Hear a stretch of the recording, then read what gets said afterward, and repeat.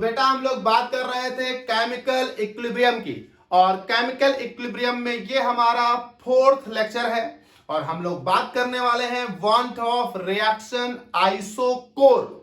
याद रखिएगा पार्ट 3 में मैंने पढ़ाया था वांट ऑफ रिएक्शन आइसोथर्म, तो दोनों में अंतर समझिएगा। वो पार्ट 3 वाला वांट ऑफ रिएक्शन आइसोथर्म है और पार्ट 4 जो अभी पढ़ा रहा हूं ये वांट ऑफ रिएक्शन आइसोकोर है।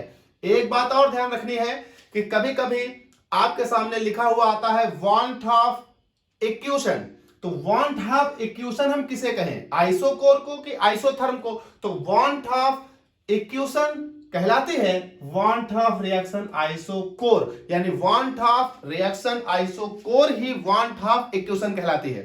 ठीक है भाई, तो हम लोग ड्राइव करते हैं वांट ऑफ रिएक्शन आइसोकोर। चलिए, हमने आपको एक रिलेशन पढ़ाया था पार्ट 2 में। रिलेशन क्या था? Delta G naught equal to minus R T L N K P. तो वहीं से शुरू होता है ये डेरिवेशन। तो कहा गया the equilibrium constant Kp is related with delta G naught by equation.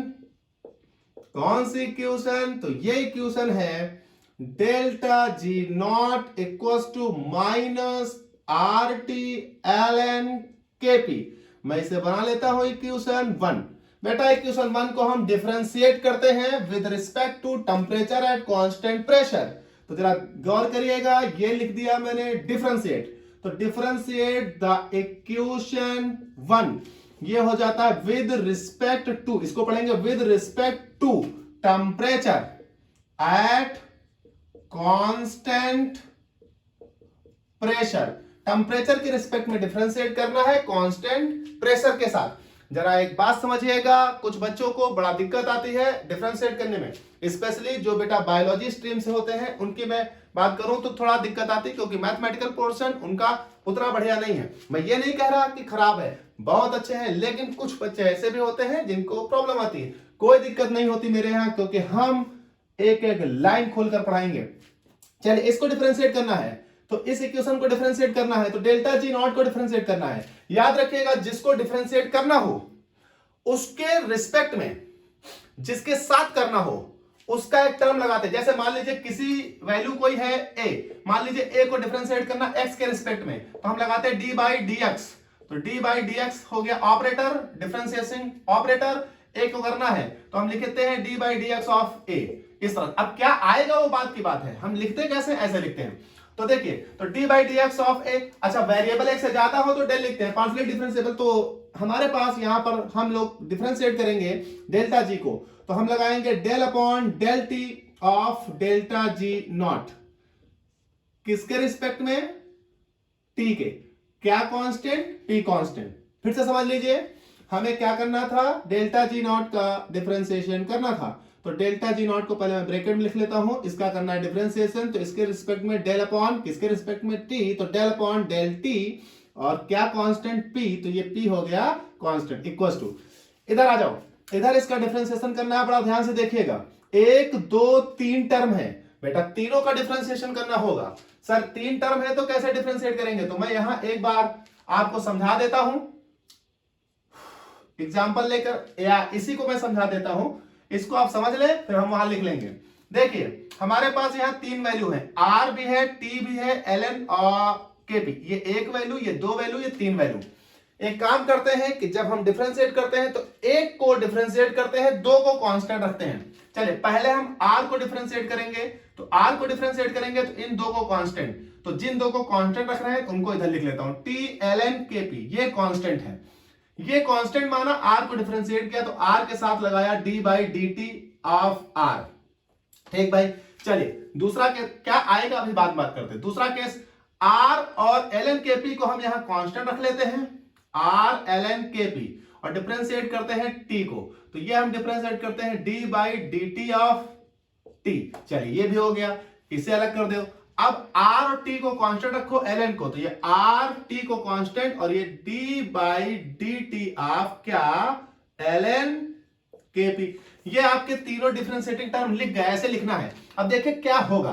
तो एक बात याद रखिएगा मेरी, यहां मैं लिख देता हूं, एक बात याद रखिएगा, जब कभी भी किसी कांस्टेंट, मान लीजिए कोई कांस्टेंट है c और उस कांस्टेंट का डिफरेंशिएशन करना है, चाहे जिसके रिस्पेक्ट में करना हो, अगर कभी कांस्टेंट का डिफरेंशिएशन करना पड़ जाए तो मान लो d by D X of any constant value, तो वो हमेशा जीरो होगा। तो d by D X of constant बेटा हमेशा जीरो। तो बेटा r तो गैस कांस्टेंट है, तो d by D T of r यानी ये r कांस्टेंट, तो d by D X of c यानी d by D X of constant equal to zero, तो d by D T of constant मतलब जीरो, यानी ये वैल्यू, इसकी वैल्यू क्या आनी है, इसकी वैल्यू आनी है जीरो। और जीरो जब किसी से गुणा होगा तो क्या हो जाएगा, पूरी वैल्यू जीरो, यानी यहां से डिफरेंशिएट होकर जीरो आया। आई होप समझ गए होंगे।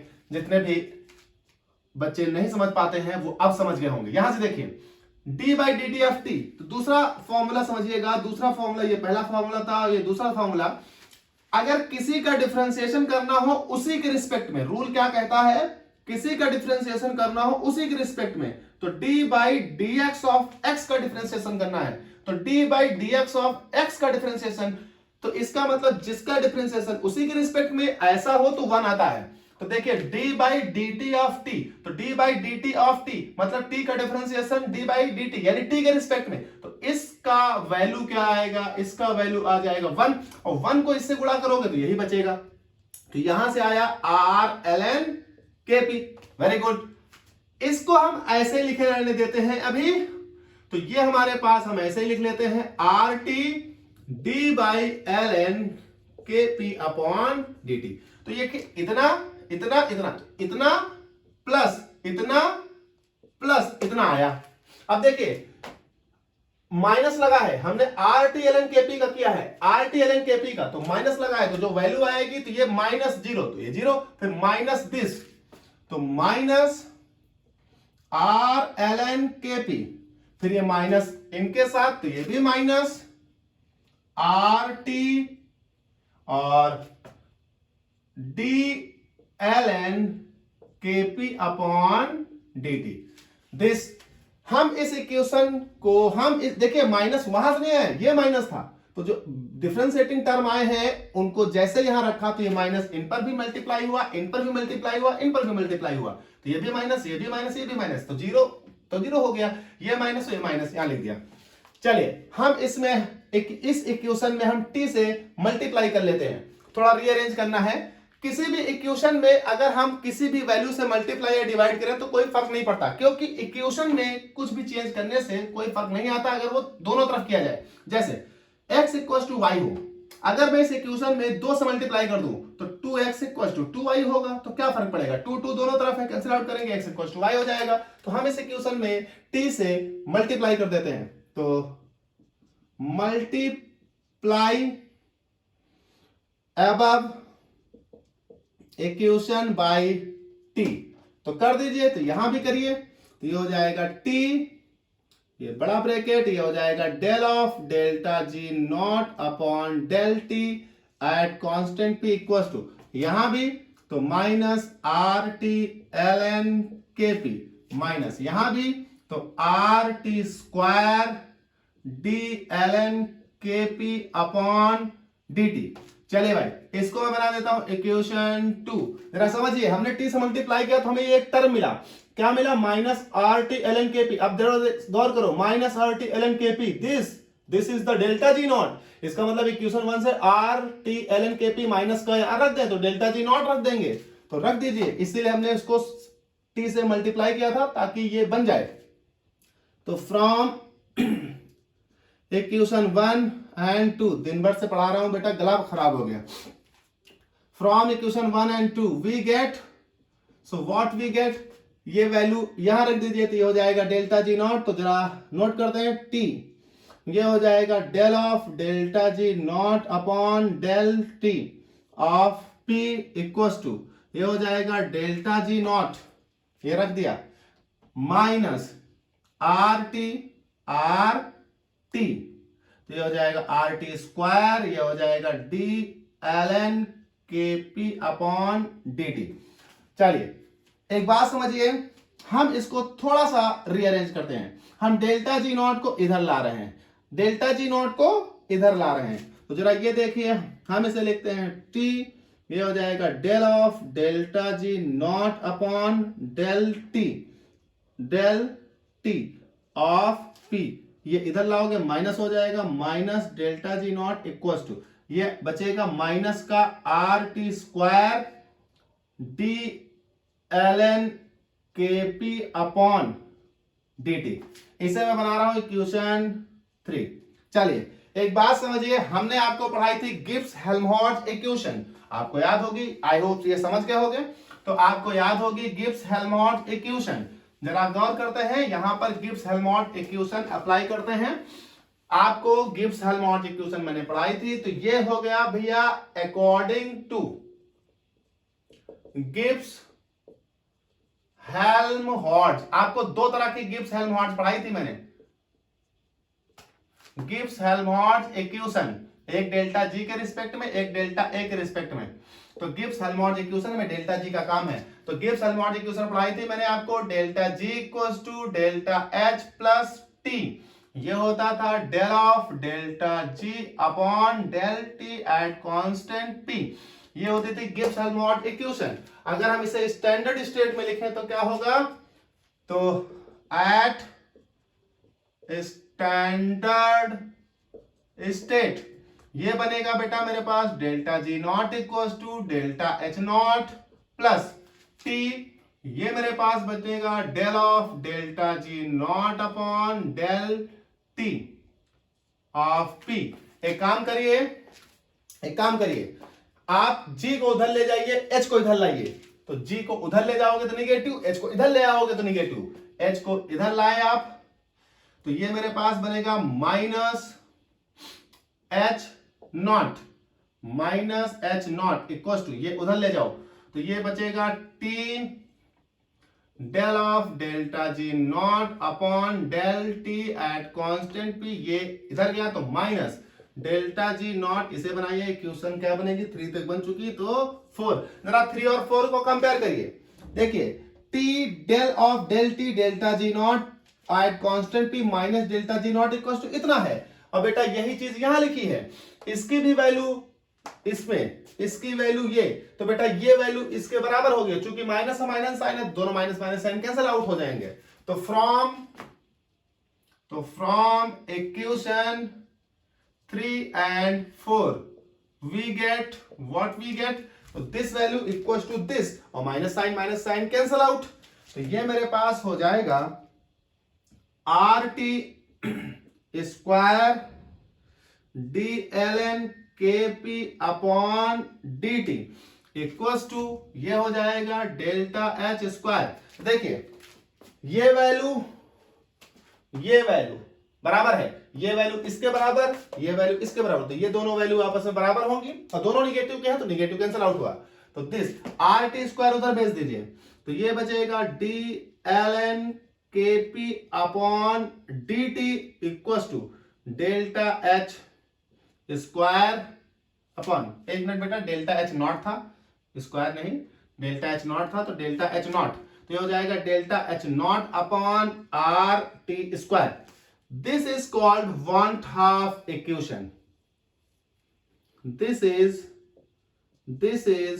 सुनते रहिएगा, अभी बहुत बड़ा डेरिवेशन है, रुके रहिए, अभी बहुत बड़ा डेरिवेशन, जितना किया है उतना आगे अभी और समय लगेगा।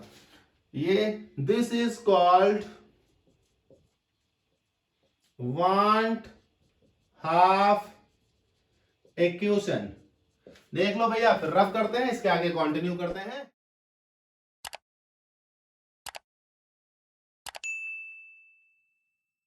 चलिए भाई इसके आगे कंटिन्यू करते हैं।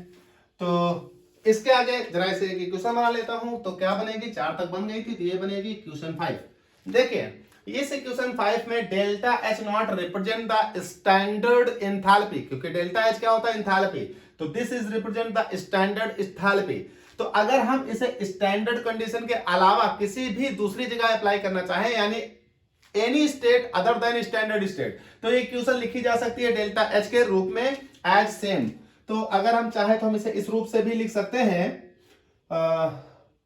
The equation 5 at any state other than standard state can also be written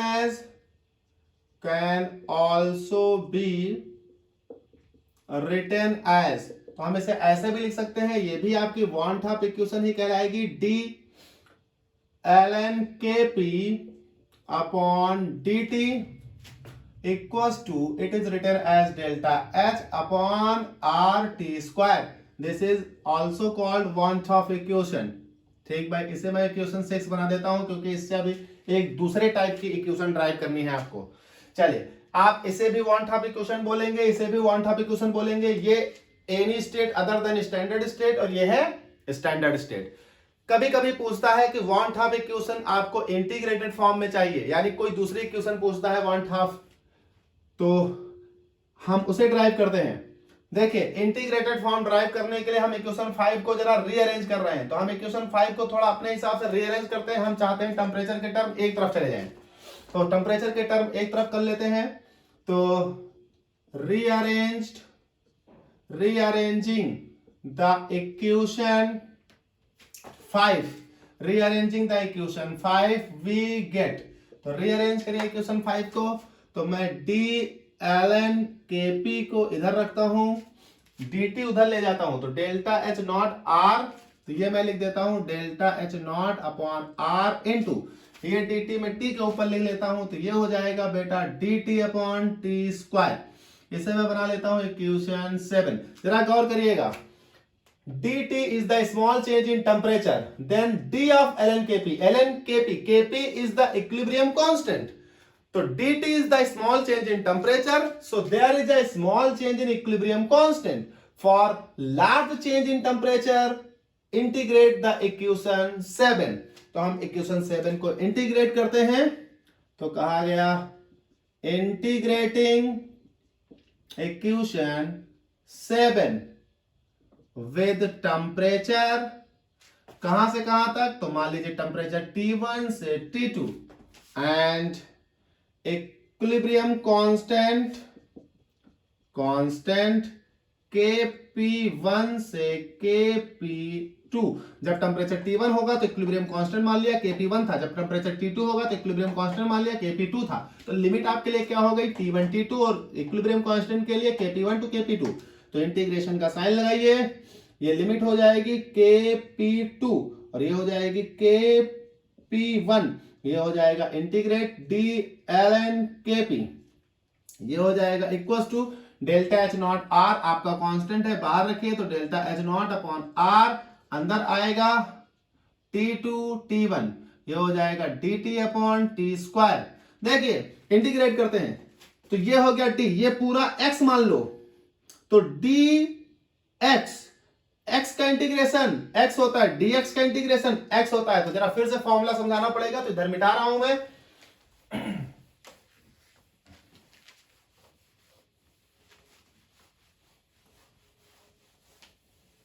चलिए, तो जरा फॉर्मूला समझ लीजिए, फिर हम लोग बात करते हैं। फॉर्मूला dx का इंटीग्रेशन बेटा x होता है, नो प्रॉब्लम, तो dx का इंटीग्रेशन x होता है, लेकिन अगर सपोज करिए लिमिट लगी हो, मान लीजिए x1 ऑफ x2 लिमिट पर करना है, तो x1 of x2 limit of dx, तो ये हो जाता है x of upper limit minus lower limit, तो ये हो जाएगा x2 माइनस x1। तो dx का इंटीग्रेशन होता है x, लेकिन लिमिट लगी हो तो upper limit minus lower limit, that is why d इसको मानिए x, तो x का हो जाएगा x, यानी dx का हो जाएगा x, तो dx का हो जाएगा x, यानी d ln kp का इंटीग्रेशन होकर आएगा ln kp। अब लिमिट भी लगी है क्या, Kp1 यहां मिटा देता हूं मैं, तो Kp2, तो upper limit minus lower limit, तो ln Kp2 minus ln Kp1 ये आएगा। तो यहां तो देखिए बड़ा आसानी से आ गया, तो ये तुम्हारे पास क्या आ गया बेटा, ये तुम्हारे पास आ गया ln Kp2 minus ln Kp1 equal to, यहां देखिए ये हो जाएगा delta H naught upon R. इसका जरा देखिए, तो परेशान ना होइए, मैं इसका अलग से किए देता हूं। देखिए, तो ये आपके पास लिखा है T2 of T1 dt upon T square. देखिए फॉर्मूला क्या होता है, फॉर्मूला यहां समझा देता हूं। फॉर्मूला होता है x the power n of dx, तो x the power n of dx, x the power n of dx equal to होता है x the power n plus 1 upon n plus 1। तो बेटा x द पावर n का होता है, लेकिन sir जी यहां तो dt अपॉन t है, अपॉन में n है या अपॉन में x है, कैसे करें? तो कहा कोई दिक्कत नहीं, ऊपर ले जाओ। तो जैसे ही आप इसे ऊपर ले जाओगे तो देखिए ये क्या हो जाएगा, t1 t2, ये ऊपर हो जाएगा तो ये t द पावर माइनस 2 हो जाएगा, t the power minus 2 of dt। अब देखिए x the power n of dx बन गया, x the power n of dx बन गया। तो बेटा कर दीजिए, तो x the power n of dx, इसका मतलब x the power plus 1, power plus 1, तो पावर इसकी माइनस 2, तो minus 2 plus 1 upon minus 2 plus 1।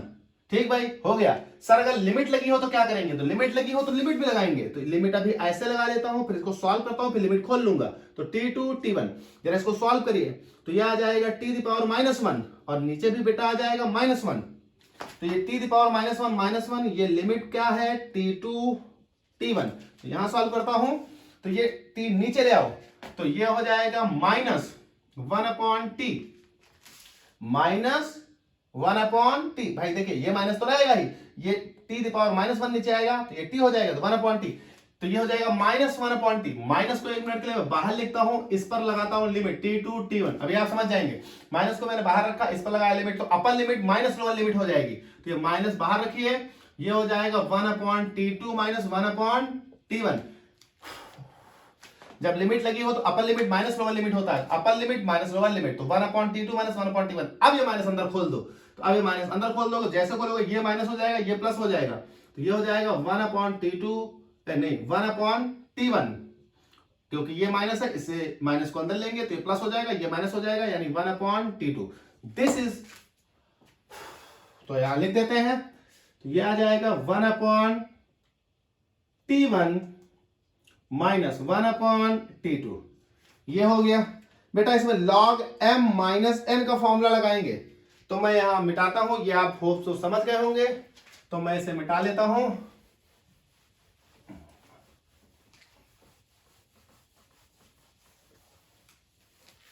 चलिए, इसमें log m minus log n का फॉर्मूला लगाएंगे, तो log m माइनस n यानी log m अपॉन n हो जाएगा, तो ये हो जाएगा ln, ये हो जाएगा kp2 upon kp1 equals to, ये हो जाएगा delta h not upon r, और ये हो जाएगा 1 upon t1 minus 1 upon t2। अब इसमें देखिए एलसीएम लीजिए, t1 t2 क्या फर्क पड़ता है उससे, तो ये मेरे पास दिस। ठीक, अब अगर इसमें एलसीएम लेंगे तो t1 t2 नीचे हो जाएगा, ऊपर हो जाएगा t2 माइनस t1। ठीक है, वही बात लिखी है। चलिए यहां एक बात और समझ लीजिए, अगर न्यूमेरिकल लगाना हो तो इस फॉर्मूले का इस्तेमाल नहीं कर पाओगे आप, क्योंकि log बेस e के टर्म में है, तो log बेस 10 बना दो। तो जब भी log बेस 10 बनाओ तो देखिए आपको हमने क्या समझाया था, हमने समझाया था कि ln को log बेस 10 बनाने के लिए 2.303 से मल्टीप्लाई करना होता है, वो log बेस 10 बन जाएगा। तो 2.303 से मल्टीप्लाई कर दिए, log बेस 10 बन जाएगा। लेकिन 2.303 से मल्टीप्लाई करिए तो ये 2.303 इधर भेजोगे तो डिवाइड हो जाएगा, तो सीधे इधर डिवाइड ही कर देते हैं। तो ये हो जाएगा log base 10 kp2 upon kp1 equals to, इधर मल्टीप्लाई करना था, उधर भेजोगे तो नीचे आएगा, तो ये हो जाएगा divide delta h not upon 2.303 r, और ये हो जाएगा 1 upon t1 minus 1 upon t2। ये आपके पास हो गया वांट ऑफ इक्वेशन का इंटीग्रेटेड फॉर्म, यानी this is integrated van't Hoff equation. तो this is integrated form of want half reaction isochore या आप कह लीजिए want half इक्वेशन।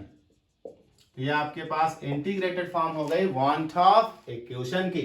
अब बेटा एक बात समझिए, हमने आपसे कहा था इसका दूसरा रूप भी पूछता है, कभी कभी आपसे एग्जाम में पूछता है कि वांट ऑफ इक्वेशन चाहिए लेकिन इन टर्म्स ऑफ केसी।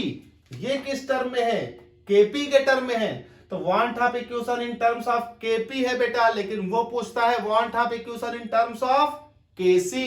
तो ऐसी सिचुएशन में क्या करोगे, या वो कभी कभी कहता प्रूव दैट, तो प्रूव दैट में log base 10 kc2 upon kc1, तो वो kc के टर्म इस्तेमाल करता है, तो क्या करें, तो बेटा कोई दिक्कत नहीं, हम kc के टर्म में कर लेंगे।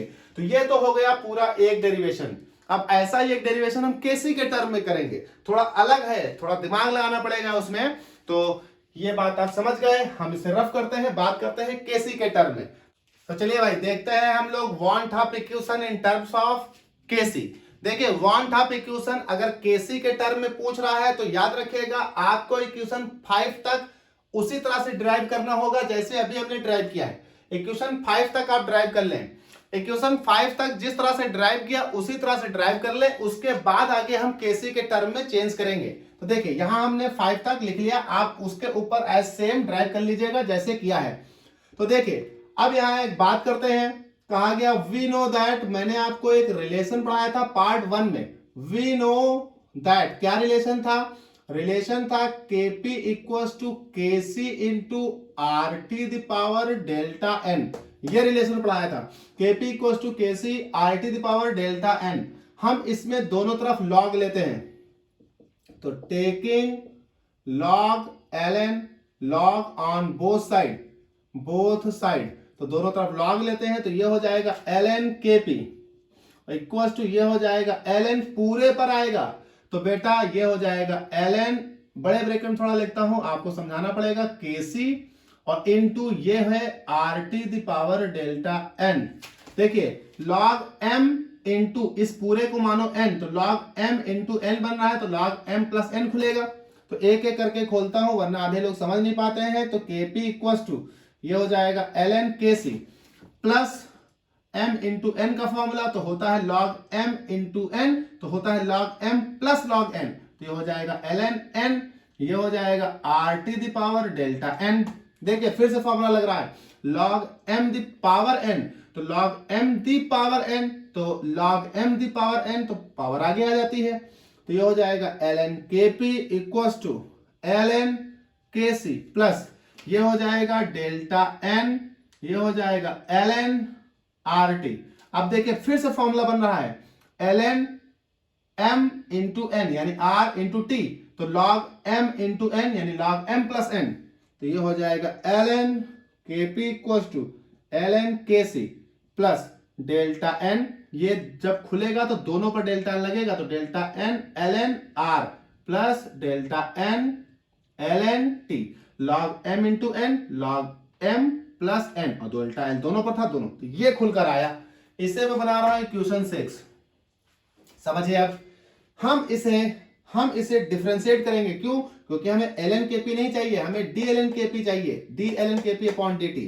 तो इस इक्वेशन को डिफरेंशिएट करिए, तो differentiate the equation 6 with respect to temperature, तो बड़ा सिंपल है, कर दीजिए। तो ये हो जाएगा d ln kp upon dt equals to, इधर वाले में देखिए आपको बड़ा दिक्कत आने वाली है, इधर वाले में इसमें तो हो जाएगा क्योंकि एक ही टर्म लिखा है, तो इसको पहले कर दीजिए, तो ये हो जाएगा d ln kc upon dt।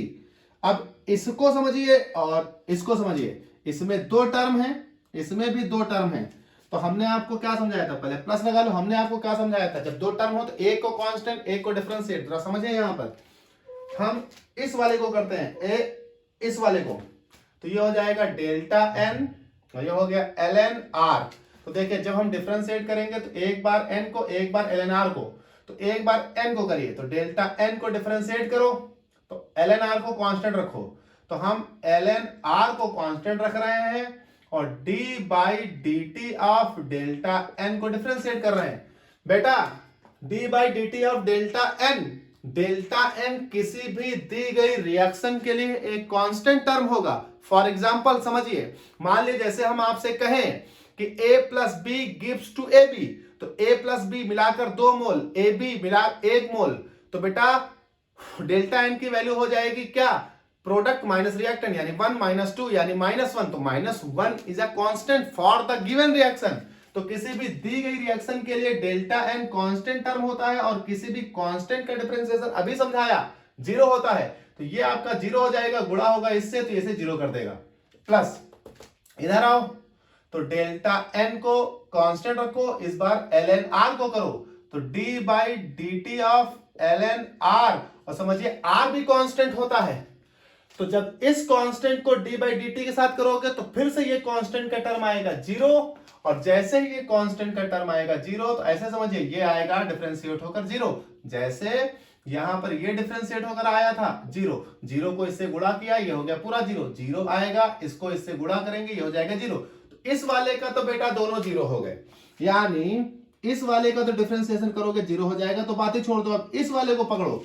अब ये दूसरा वाला देखिए एक और है यहां पर, ये है delta N L N T, इसे करिए तो एक बार इसे करिए तो इसे कांस्टेंट रखिए, एक बार इसे करिए तो इसे कांस्टेंट रखिए, तो हम इसे कांस्टेंट रख रहे हैं डेल्टा एन को, इसे कर रहे हैं तो D by D T of L N T, तो D by D T of L N T, और इनको जब हम करेंगे D by D T of L N T तो ये बेटा आएगा, देखिए D by D X of log X, D by D X of log X formula होता है 1/x, तो जब कभी भी D by D X of log X किया जाए यानी ln x तो फॉर्मूला होता है 1/x, तो D by D X of ln t तो ये 1/t हो जाएगा, और इसका डिफरेंशिएशन होकर आया 1/t according to this formula, 1/t delta n से गुणा करोगे तो ये बचेगा डेल्टा n/t। चलिए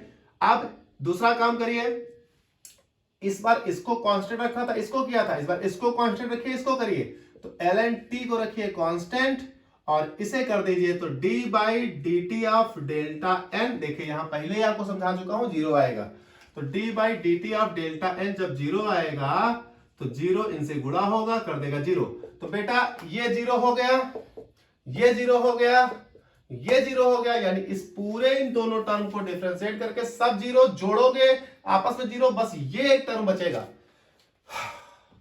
तो ये पूरा डिफरेंशिएट किया ये पूरा जीरो हो गया, इसमें एक टर्म जीरो हो गया, एक बचा कौन डेल्टा एन अपॉन टी बचा, तो ये इतना बचा, ठीक भाई, तो ये this equals to this plus this, बाकी हो गए जीरो, वहां समझा दिया, एक बार समझ लो बहुत ध्यान से क्योंकि हमें तो पड़ेगा मिटाना, ठीक भाई।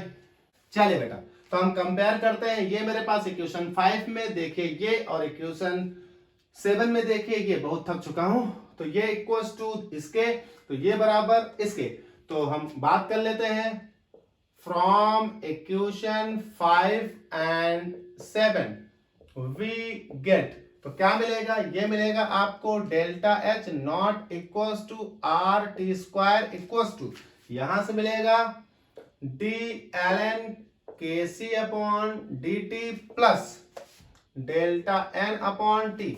चलिए काम करते हैं, इसकी वैल्यू निकाल लेते हैं, इसको इधर भेज देते हैं, तो ये हो जाएगा D L N K C upon D T, D L N K C upon D T equals to, इसे इधर भेजोगे तो delta H naught upon R T square minus delta N upon T, इन दोनों में एलसीएम ले लो जरा, तो ये हो जाएगा D L N K C upon D T, LCM लेने से आएगा LCM are T square, LCM लेना आता होगा आपको, देखिए आर टी इसमें भी इसमें टी है, तो जैसे एलसीएम लोगे आर टी स्क्वायर, जो डिफरेंस बचा वो इधर मल्टीप्लाई हो जाएगा, तो ये हो जाएगा डेल्टा एच नॉट माइनस ये हो जाएगा डेल्टा एन आर टी, तो इसे मैं बना लेता हूं इक्वेशन, क्या बनेगी 7 तक बन गई है, तो इक्वेशन 8, देखिए एक इक्वेशन मैंने पढ़ाई थी आपको एंथैल्पी की, तो ये हम कह लेते हैं वी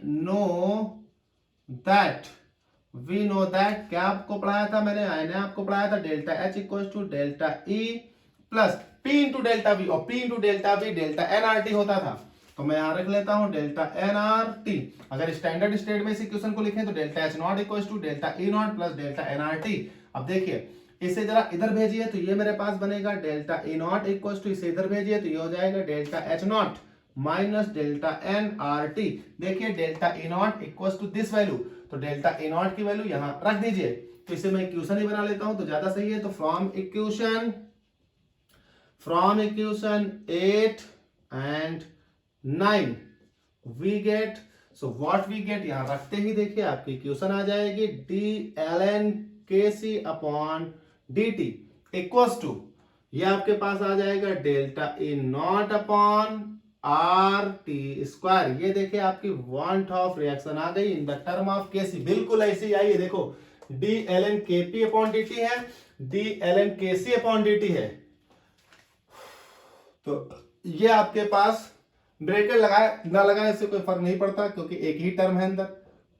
ठीक है, तो ये मेरे पास D L N K C upon D T है, यहां पर delta E not upon R T square है, यहाँ delta H naught upon R T square है। तो देखिए वही आपके पास वांट ऑफ इक्वेशन आ गई इन द टर्म ऑफ केसी। अब अगर इसका तुम इंटीग्रेटेड फॉर्म निकालना चाहो तो बड़ा आसान है, से एज सेम जैसे अभी इसका इंटीग्रेटेड फॉर्म निकाला था वैसे इसका इंटीग्रेटेड फॉर्म निकालते हैं। तो मैं निकाल ही लेता हूं। तो इक्वेशन 10 का इंटीग्रेटेड फॉर्म निकालते हैं इसका। तो इक्वेशन 10 को रीअरेंज करते हैं। तो rearranging the equation 10 we get, so क्या कर लेते हैं, ये हो जाएगा D L N K C equal to D T को इधर ले जाते हैं, तो ये हो जाएगा delta A naught upon R, as same हो रहा है जैसे अभी किया था। तो ये हो जाएगा D T upon T square. चलिए इंटीग्रेट कर लेते हैं इसको। तो मैं इसे बना लेता हूं इक्वेशन 11 और इक्वेशन 11 को इंटीग्रेट कर देता हूं विद लिमिट। क्या लिमिट लगाएंगे, तो इंटीग्रेटिंग इक्वेशन 11 विद टेम्परेचर क्या T1 टू T2 और Kc equilibrium constant and equilibrium constant Kc1 to Kc2। चलिए लिमिट लगा दीजिए, तो इंटीग्रेट कर देते हैं। ये हो जाएगा Kc1, ये हो जाएगा Kc2 इक्वल्स टू, थक चुका है दिमाग, तो अब ln Kc इक्वल्स टू, ये आ जाएगा बाहर, तो delta A naught upon R, अंदर आ जाएगा T1 T2, ये हो जाएगा dt अपॉन टी स्क्वायर। चलिए अभी देखिए यहाँ किया था केपी वाले में, तो सेम मैं वही लिख देता हूं। आपको अगर कोई दिक्कत हो पीछे भी देख लीजिए, यहाँ केपी था, यहाँ डेल्टा एच था, तो केपी वाले में केपी आ रहा था, केसी वाले में मेरे केसी आएगा। तो हम वही वाली इक्वेशन देखिए सेम लिखी है, तो इंटीग्रेट होकर क्या आ रहा था, ln Kc2 minus ln Kc1। कैसे आए थे, अभी इससे पहले वाले में मैंने आपको पूरा फॉर्मूला करके कराया था। इक्वल्स टू ये आ जाएगा delta A naught upon R, यहां से क्या आ जाता था 1 upon T1 minus 1 upon T2। चलिए इसमें लॉग m अपॉन n का फॉर्मूला लगा दीजिए, तो ln Kc2 upon Kc1 equals to, ये हो जाता था delta A naught upon R, ये आपके पास आता 1 upon T2 minus 1 upon T1, 1 upon T1 minus 1 upon T2 this. अगर आपको न्यूमेरिकल लगाना है तो आप इसे log बेस 10 बना लीजिए, 10 बना लेंगे तो ये आ जाएगा log base 10 Kc2 upon Kc1 equals to, ये आ जाएगा डेल्टा ए नॉट अपॉन 2.303। अच्छा, चूंकि इस वाली फॉर्म से इंटीग्रेटेड फॉर्म बिल्कुल वैसे ही निकली है जैसे 5 के बाद हमने इंटीग्रेटेड फॉर्म की थी अभी केपी वाले की, तो यहां आपको समझाने की आवश्यकता नहीं है, सेम मैं केपी के जैसा ही कर रहा हूं। तो अपॉन आर ये आ जाएगी 1 upon T1 minus 1 upon T2। This is the another form of want of reaction isochore, that means want Hoff equation. तो मैंने वांट ऑफ इक्वेशन आपको दो टर्म में कराई, एक केपी के टर्म में कराई। तो पहले मैंने वांट ऑफ इक्वेशन केपी के टर्म में कराई इक्वेशन 5 तक, फिर 5 को रीअरेंज करके एंड केपी की इक्वेशन 1 हो गई। अगर इन द केस आपके साथ ये प्रूफ दैट करने के लिए पूछ ले, ये प्रूफ दैट करने के लिए पूछ ले, ये प्रूफ दैट करने के लिए पूछ ले, तो आप केपी वाली ही इक्वेशन शुरू करेंगे, करते रहेंगे इक्वेशन 5 तक आप कर लेंगे। 5 के बाद आपको देखो मैंने क्या किया था, तो 5 के बाद वो वाला छोड़कर जो इधर कराया है ये वाला आप उसमें अटैच करेंगे और आपके पास केसी के टर्म में इक्वेशन बन जाएगी। तो ये मेरे पास वांट ऑफ इक्वेशन के दोनों रूप हो गए, केपी का भी रूप और केसी का भी रूप। तो नेक्स्ट बात करेंगे आगे पार्ट अगले में।